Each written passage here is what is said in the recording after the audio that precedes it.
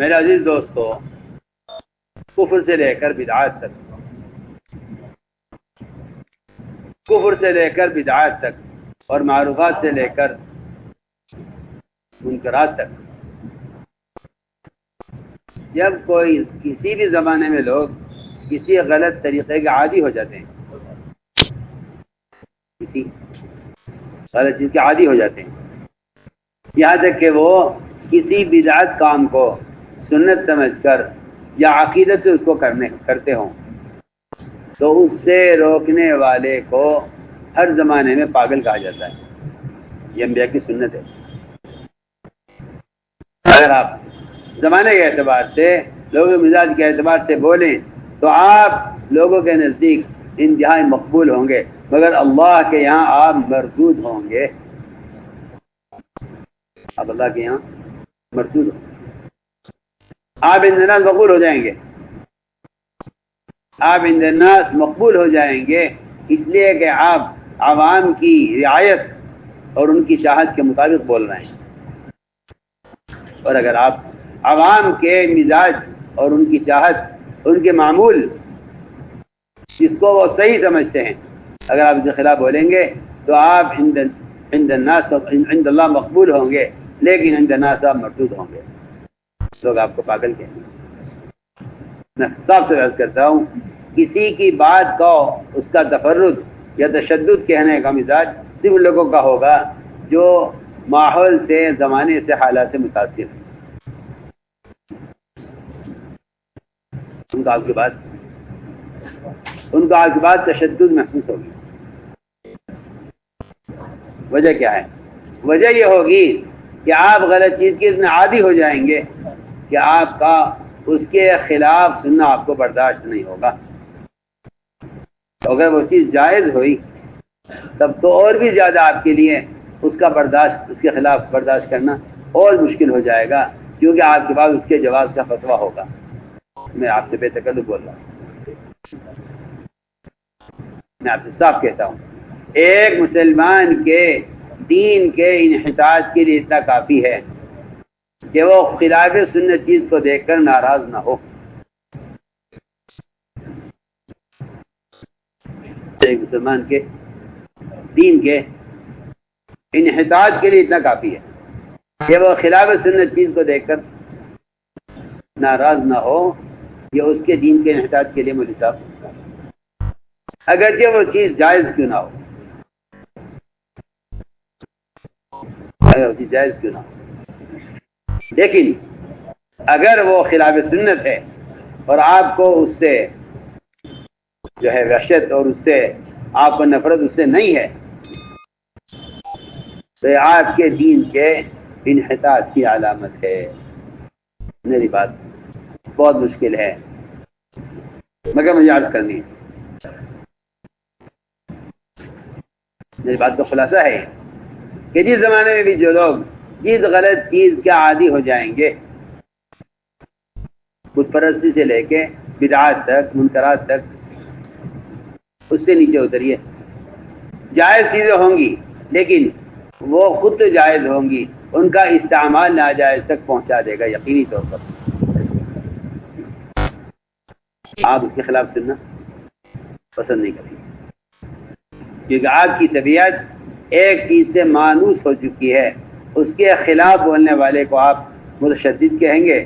دور انبیاء میں اور دور جہالت میں لوگ انبیاء علیہ السلام کو پاگل کہتے تھے، حالانکہ بہت سے کفار، بہت سے مشرکین وہ بتوں کی پوجا کو کچھ نہیں سمجھتے تھے، وہ جانتے تھے کہ یہ بت ہیں، یہ کچھ نہیں ہے، ان کی عبادت کرنا فضول ہے، کفار جانتے تھے۔ آپ نے پوچھا تھا حضرت حسین سے کہ حسین یہ بتاؤ تم کتنے معبودوں کی پوجا کرتے؟ اس نے کہا جی 7 زمین میں ہے، 1 آسمان میں ہے۔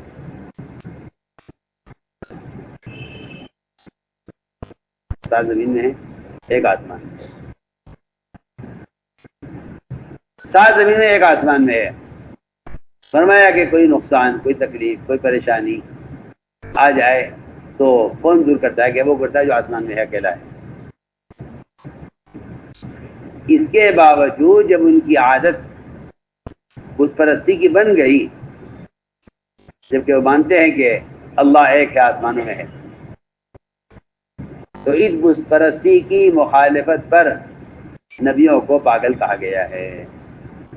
کہ آپ حالات، ماحول، مزاج کے اعتبار سے بات کیجئے، اس کے خلاف آپ بولیں گے تو آپ کو پاگل کہا جائے گا، کیونکہ آپ ہمارے سمجھدار عقل مند لوگوں کو، میں آج صاف کہتا ہوں آپ سے، جو لوگ بدعات کرتے ہیں انہیں بدعت سے ایسی عقیدت ہوتی ہے کہ اگر آپ ان سے روکیں گے تو وہ آپ کا مقابلہ کریں گے اور یہ کہیں گے کہ ہمیں نیک کام سے، یہ ہمیں نیک کام سے روک دیں،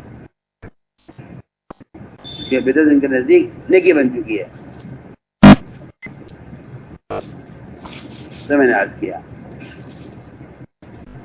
کہ آدمی اگر ان باتوں کا لحاظ رکھے اور عوام کے اغلاط اور ان کی بیرا روی کا پر جو ہے نکیر نہ کرے، تو ایسے آدمی کو لوگ کہیں گے بھائی یہ بہت عقل مند ہے، سمجھدار ہے، اور یہ ماشاءاللہ بردبار ہے۔ جی ہاں، اسے بردبار کہیں گے کہ یہ بڑا بردبار ہے، حالانکہ خدا کی قسم یہ نفاق ہے، بردباری نہیں ہے۔ یہ نفاق ہے، کوئی بردباری نہیں ہے۔ جو آدمی حالات، ماحول کی وجہ سے منکر سے نہ روکے وہ منافق ہے۔ صاف فرمایا کہ اگر وہ لوگ خوش کرنے کے لیے وہ کسی منکر سے جنبوشی کر لیتا ہے تو سمجھ لیجئے کہ وہ نفاق ہے، کیونکہ صاف فرمایا سفیان ثوری نے کہ اس آدمی کی حرکت کی وجہ سے لوگ اس سے خوش رہتے ہوں، اغلب یہ ہے کہ وہ مداحن ہوگا، اغلب ہے کہ مداحن۔ میں حیران اس بات سے ہوتا ہوں، جو منکر مسلمانوں میں عام ہو جاتا ہے، جس کے لوگ زیادہ عادی ہو جاتے ہیں، لوگ کوشش کرتے کہ اسی طرح یہ منکرات کی فہرست سے نکل جائے۔ کیا کر رہے کھڑے ہوئے؟ تو نہیں،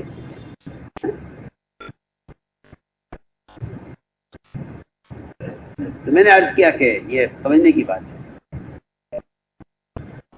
جس منکر کے لوگ عادی ہو جاتے ہیں، لوگ اس منکر کو منکرات کی فہرست سے نکالنے کے دلائل تلاش کرتے ہیں، یہاں سے کہ پھر وہی فتنے بڑھ جاتے ہیں کہ بھائی یہ منکر کبھی ذرا مختلف ہی ہے، اس بارے میں تھوڑا سا توقف کیا جائے، اس بارے میں جو ہے تکلم نہ کیا جائے۔ میں آپ سے کہتا ہوں، جس زمانے میں جس گناہ کے، جس بدعت کے لوگ عادی ہو جائیں گے، اس کے خلاف لوگ سننا برداشت نہیں کریں گے۔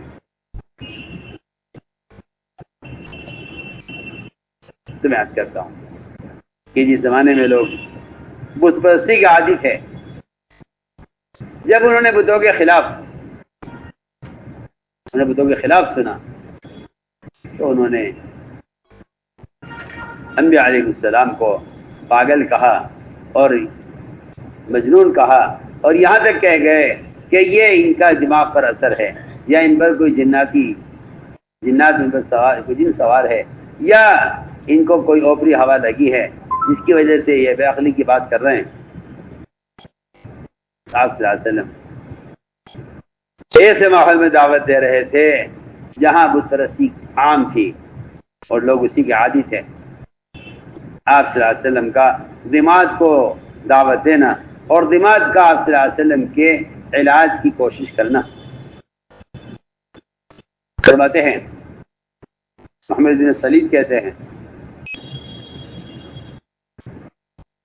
کہ دماغ کے میں مکہ مکرمہ آیا عمرے کے ارادے سے، زمانہ جاہلیت میں کفار بھی عمرہ کرتے تھے، اور میں آیا عمرے کے ارادے سے، میں وہاں ایک مجلس میں بیٹھا جس میں ابو جہل، عتبہ بن ربیعہ، امیہ بن خلف، ابو جہل، یہ سب تھے۔ ابو جہل نے کہا کہ یہ جو آدمی ہے محمد صلی اللہ علیہ وسلم، اس نے ہماری جماعت میں پھوٹ ڈال دی ہے اور ہمارے عقل مند لوگوں کو یہ بیوقوف کہتے ہیں، اور ہمارے گزرے ہوئے آبا و اجداد کو یہ گمراہ کہتے ہیں، اور یہ ہمارے معبودوں میں عیب لگاتے ہیں۔ امیہ نے کہا کہ نعوذ باللہ، یہ رجل، یہ آدمی مجنون ہے، اس میں کوئی شک نہیں ہے۔ دماغ نے کہا، میرے جی میں بات بیٹھ گئی، امیہ کی بات میرے جی میں بیٹھ گئی کہ اس آدمی پر کو جنون ہے۔ میں نے کہا کہ میں تو علاج جانتا ہوں جنون کا بھی، علاج جانتا ہوں سحر کا بھی، اور علاج جانتا ہوں اگر کسی پر کوئی اوپرا اثر ہو۔ چنانچہ کہتے ہیں وہاں سے اٹھا اور میں نے آپ کو تلاش کیا، لیکن آپ مجھے نہیں ملے۔ میں نے آپ کو تلاش کیا، اگلے دن میری آپ سے ملاقات ہوئی، میں آپ کے پاس آیا، میں نے آپ کو دیکھا کہ آپ مقام ابراہیم کے پاس کے پیچھے نماز پڑھ رہے تھے۔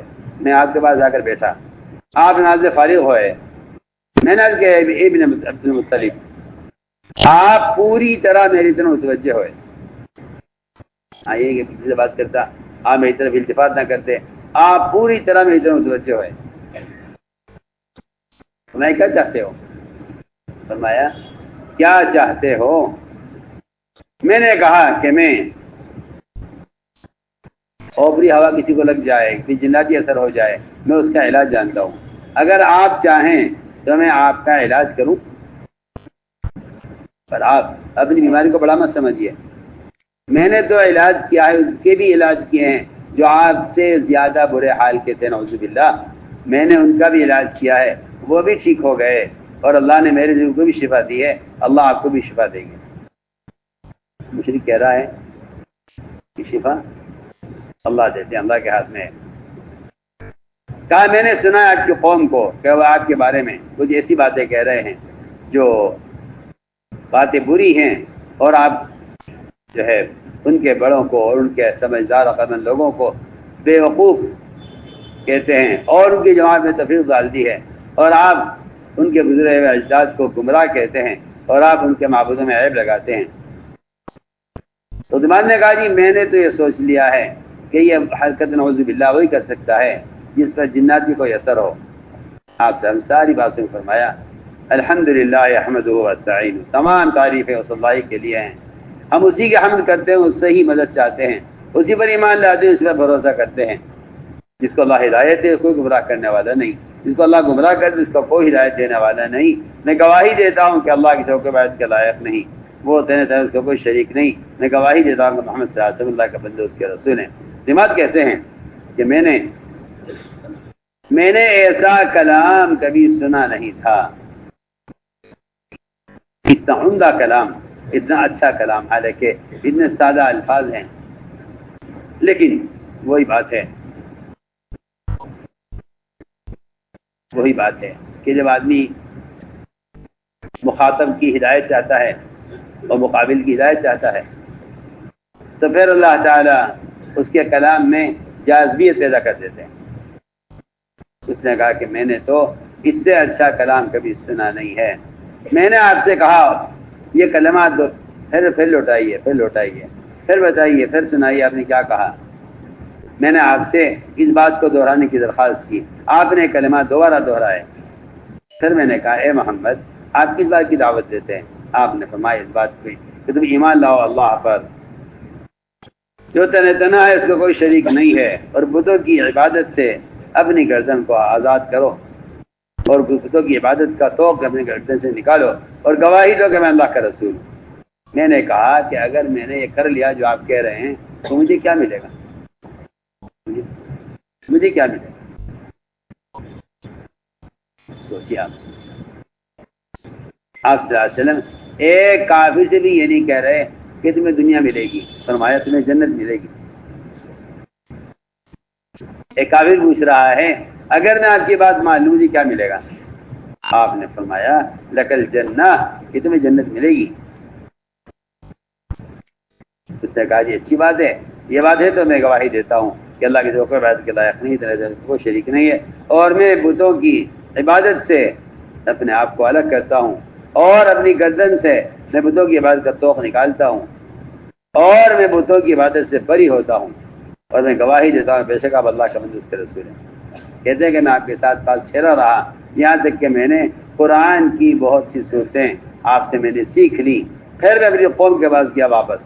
عبداللہ بن رحمٰن کہتے ہیں کہ حضور اکرم صلی اللہ علیہ وسلم نے اس طرف علی بن ابی طالب رضی اللہ تعالیٰ عنہ کو ایک لشکر لے کر بھیجا، صحابہ کا جماعت دے کر، انہوں نے ان کے 20 اونٹ مال غنیمت سمجھ کر ہکا لیے تھے۔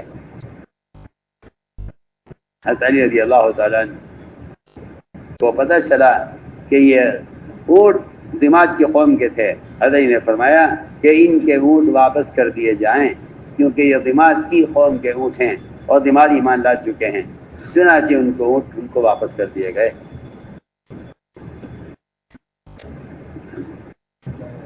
اللهم صل على سيدنا مولانا محمد وعلى آل سيدنا مولانا محمد كما صليت على إبراهيم وعلى آل إبراهيم إنك حميد مجيد.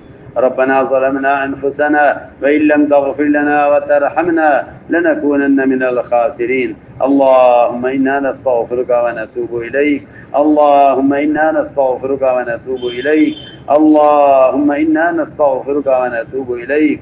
ربنا آتنا في الدنيا حسنة وفي الآخرة حسنة وقنا عذاب النار. سبحان ربك رب العزة عما يصفون وسلام على المرسلين والحمد لله رب العالمين. بیت شیر کو بیٹھ کر سن، یہ غلط بات ہے، مجلس کے خطبے پہ نہیں اٹھنا چاہیے، جو سب کھڑے ہو جائیں۔ تمام حضرات چند ضروری باتیں سنیں پھر اٹھیں۔ اپنے ایمان اور سامان کی خود ہی حفاظت فرمائے۔ ایمان کی حفاظت کے لیے پوری امت میں چل پھر کر کامل ایمان کی دعوت دی جائے اور ہر کام میں سنتوں کی پابندی کے ساتھ دعا مانگی جائے۔ اے اللہ ہمارا خاتمہ ایمان پر فرما۔ جو بھی آپ کا سامان ہے خود ہی اس کی نگرانی فرمائے۔ موٹا کپڑا بچھائے بغیر نہ سوئیں۔ فجر سے پہلے اپنے تمام معمولات اور ضروریات سے فارغ ہو جائیں۔ اب باتیں نہ کریں، سنت کے مطابق آرام فرما لیں اور عبادت بھی کر لیں۔ اللہ تعالی ہم سب کو تہجد کی توفیق عطا فرمائے۔ صبح صادق انشاءاللہ 4:41 پر ہوگی۔